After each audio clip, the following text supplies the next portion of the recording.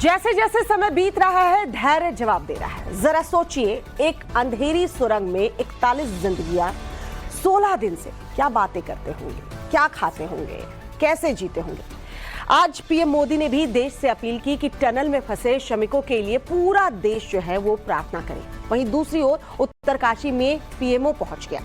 Tunnel के अंदर करीब 400 घंटों से फंसे लोगों से बातचीत भी की। उन लोगों ने क्या बताया, पीएमओ ने क्या कहा, कब तक निकाल लेंगे इन लोगों को, ये तमाम सवाल हैं। लेकिन इस बीच एक चमत्कार आज फिर से हुआ। लोग महादेव महादेव करने लगे। सवाल यह भी है कि ऐसा हुआ क्या। टाइम्स नाउ नव भारत के रिपोर्टर्स की डिटेल ग्राउंड रिपोर्ट दिखाते हैं, देखिए जरा।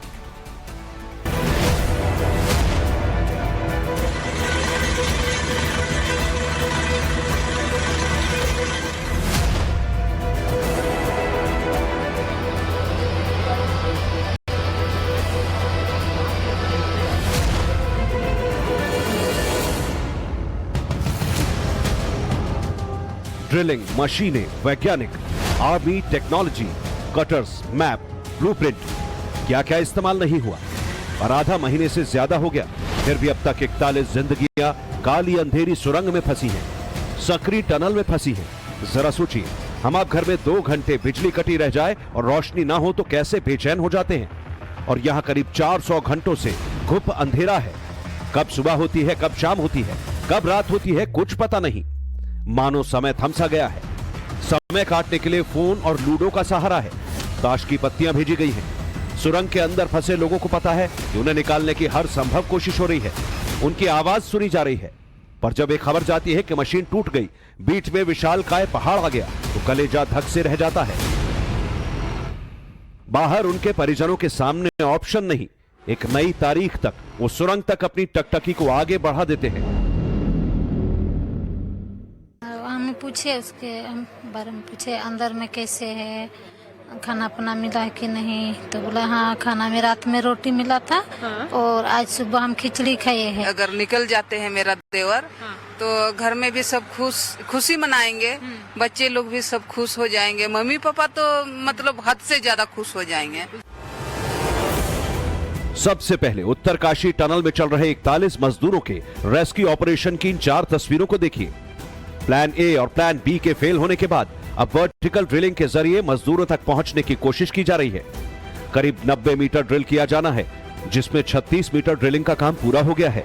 दूसरी तरफ आर्मी की मदद से टनल में मैनुअल ड्रिलिंग का काम भी शुरू हो गया। आज ही पूरे ऑपरेशन का अपडेट लेने पीएमओ के बड़े बड़े अधिकारी देश के सबसे बड़े अधिकारी के साथ मौके पर पहुंचे।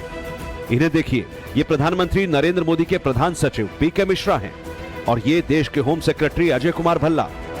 टनल में फंसे मजदूरों के हेल्थ असेसमेंट के लिए रोबोटिक्स विशेषज्ञ मिलिंद राज भी घटनास्थल पर मौजूद हैं। मतलब पीएमओ खुद पूरे ऑपरेशन की मॉनिटरिंग कर रहे हैं। प्रधानमंत्री नरेंद्र मोदी खुद हालात का ब्यौरा ले रहे हैं। जो भी संभव है वो किया जा रहा है। जितनी संभावनाएं तलाशी जा सकती हैं, जितनी टेक्नोलॉजी का इस्तेमाल किया जा सकता है, वो सब कुछ लगाया जा रहा है। उत्तरकाशी की टनल में फंसे मजदूरों को बाहर निकालने के लिए उत्तराखंड की धामी सरकार से लेकर पूरा का पूरा दिल्ली दरबार लगा हुआ है।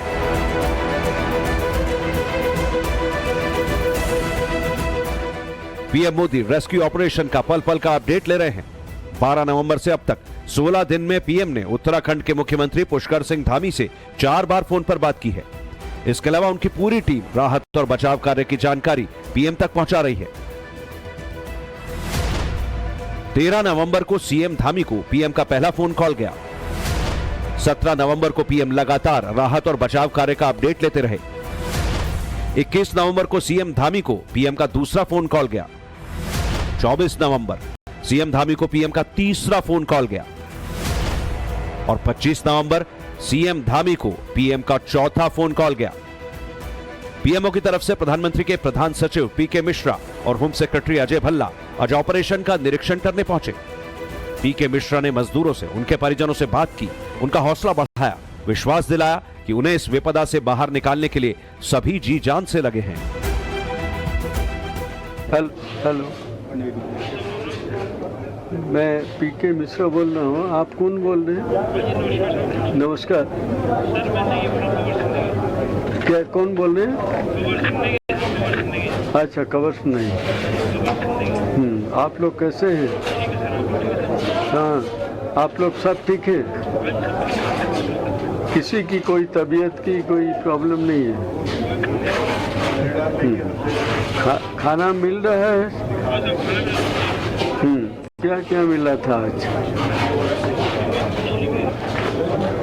और अभी आज तो हम आए हैं, मैं आया हूँ प्राइम मिनिस्टर ऑफिस से, होम सेक्रेटरी साहब भी आए हैं। सब लोग काफ़ी मेहनत कर रहे हैं। जितने जल्दी आप लोगों को निकाला जा सकता है, कोशिश सब कर रहे हैं।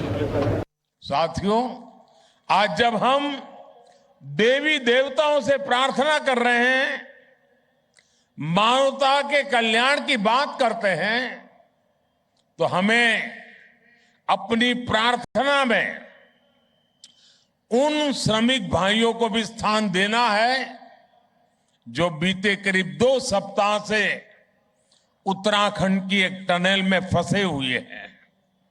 सरकार और तमाम एजेंसियां मिलकर उन्हें संकट से बाहर निकालने में कोई कोर कसर बाकी नहीं छोड़ रही है। लेकिन इस राहत और बचाव अभियान को हमें बहुत सतर्कता से ही पूरा करना है। इस अभियान में प्रकृति हमें लगातार चुनौतियां दे रही है, लेकिन हम डटे हुए हैं, 24 घंटे प्रयास कर रहे हैं। पीके मिश्रा प्रधानमंत्री के प्रधान सचिव हैं, अजय कुमार भल्ला केंद्रीय गृह सचिव हैं। यानी भले ही पीएम खुद सिलक्यारा में मौजूद ना हो, लेकिन उनके 2 सबसे भरोसेमंद अधिकारी ने पूरी चेकलिस्ट तैयार कर रखी है। निरीक्षण और मुआयना दोनों प्रॉपर हो रहे हैं। पीएम के प्रधान सचिव पीके मिश्रा पीएमओ के प्रशासनिक प्रमुख हैं। वो पीएम मोदी के प्रमुख सलाहकार भी हैं। जरूरत के हर मसले पर वो पीएम को सलाह देते हैं। प्रधानमंत्री द्वारा सौंपे गए मंत्रालयों और विभागों के मामलों की देखरेख करते हैं। केंद्रीय गृह सचिव अजय कुमार भल्ला गृह मंत्रालय के प्रशासनिक प्रमुख हैं। वो गृह मंत्री अमित शाह के चीफ एडवाइजर हैं। होम मिनिस्ट्री के अंतर्गत आने वाले सभी मामलों और नीतियों की देखरेख करते हैं। ये तस्वीरें देखिए, पीके मिश्रा प्रधानमंत्री मोदी के प्रिंसिपल सेक्रेटरी, वो यहां पर आज आए और आज उन्हें इस टनल के अंदर ले जाकर वास्तु स्थिति क्या है, क्या चुनौतियां रही हैं, वो उन्हें दिखाया गया है।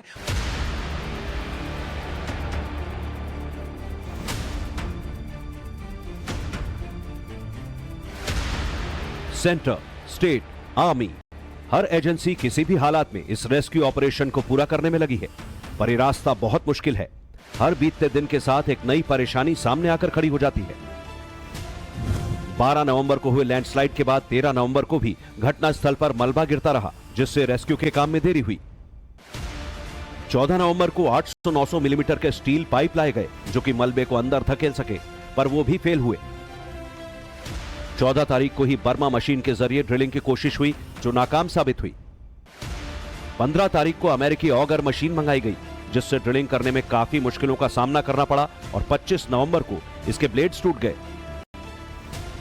26 नवंबर को वर्टिकल ड्रिलिंग शुरू हुई, जिससे अब तक 36 मीटर तक खुदाई हो चुकी है। कुल 87 मीटर की ड्रिलिंग की जानी है। मजदूरों तक पहुंचने का एक तीसरा प्लान है, जिसे अंजाम दिया जा रहा है।